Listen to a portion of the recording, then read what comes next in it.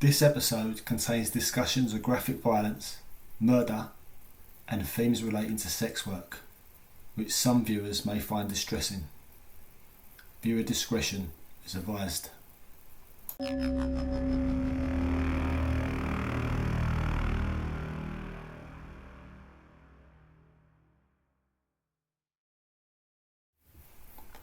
Welcome back to London's Dark Archives. Before we dive into today's episode, I want to thank everyone who's watched, liked and subscribed so far. While the numbers might be modest compared to larger channels, I'm deeply grateful for every one of you. Your support and interactions motivate me to keep exploring these historical events, bring them to life through detail and storytelling.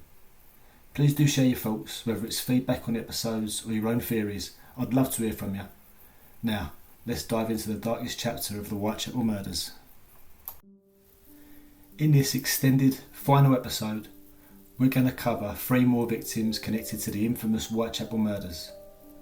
Alice McKenzie, the unidentified victim from the Pinchin Street case, and Frances Coles. We'll also revisit each of the previous victims, look at their stories one last time to bring everything together. We'll cover the theories, police investigations, and the public reactions as we build up to a detailed review of who the most likely suspects are. Finally, we'll close with a review of all suspects, those more likely and the ones most talked about by the public and the media alike. Alice McKenzie was discovered on the 17th of July 1889. Her throat was slashed, one of the signatures of the canonical Jack the Ripper killings, but there's considerable debate about whether she was a victim of the same hand that killed the earlier victims. Alice lived in the lodging houses around Whitechapel, and her life as a sex worker followed a similar pattern to the canonical 5 victims. On the night she was killed, she was found by P.C. Andrews at Castle Alley. Her wounds were far less extensive than some of the earlier Ripper victims, but the deep cut to her throat sparked immediate fear that Jack was back. The argument for her being a Ripper victim rests largely on these wounds, but there's considerable scepticism as well.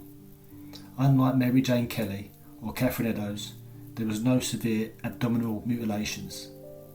Some believe this was the work of a Ripper imitator or possibly a domestic incident.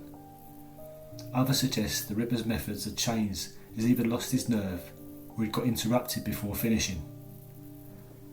Witnesses at the time described seeing Alice with a man earlier in the night, though the descriptions of him varied. Some said he looked like an older, possibly a sailor, and he was thought to have been speaking to her before she walked off towards Castle Alley.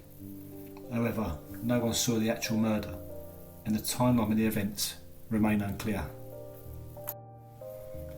Now, the Pinchin Street Torso is an oddity in the sequence of Whitechapel Murders.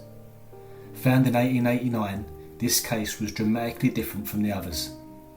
The dismembered remains of a woman were found underneath a railway arch, and while this wasn't the first torso found in London, as there was also the infamous Thames Torso murders, it raised alarm in an area already gripped by fear. The body was incomplete and no head was ever recovered, making identification impossible. And now, while Jack was known for extreme mutilation, he never dismembered his victims. This led most investigators to believe this was unrelated to the Ripper killings. Unlike the brutal precision of Jack's previous victims, this was a clinical disposal of a body. Some speculated this could have been gang related, or a crime of passion, or perhaps something linked to the sex trade.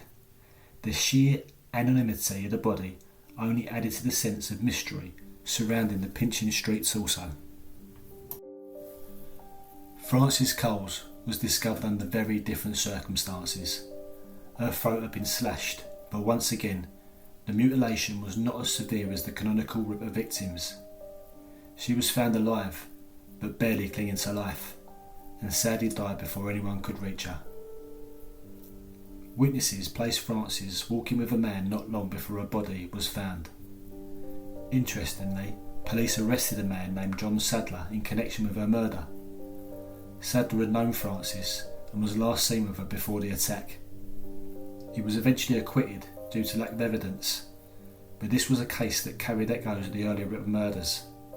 Now, some ripperologists argued that the ferocity of the throat wound could still link her to Jack, theorising that the Ripper was interrupted before completing his grisly work. The pattern is familiar, though again there are doubts due to the lack of extensive mutilations.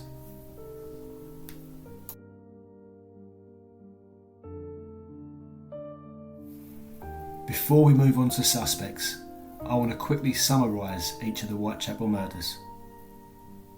Emma Elizabeth Smith, attacked by a gang, likely unrelated to the Ripper. Martha Tabron, stabbed 39 times, but some ripperologists wonder if she was his first victim due to the overkill. Polly Nichols, one of the canonical five. Her throat was slashed, her abdomen was mutilated. Annie Chapman, another canonical victim. Similar injuries to Polly, but with her intestines removed. Elizabeth Stride, her throat was cut, but no abdominal mutilation. Was the Ripper interrupted? Catherine Eddowes suffered severe abdominal mutilation and facial disfigurement. Mary Jane Kelly, the most brutally murdered of all, found in her home, completely mutilated.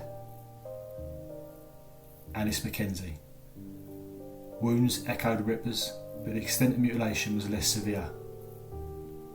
Pinchin Street Torso, likely unrelated, as it was just a dismembered body. Frances Coles, the last potential Ripper victim, but doubts still remain.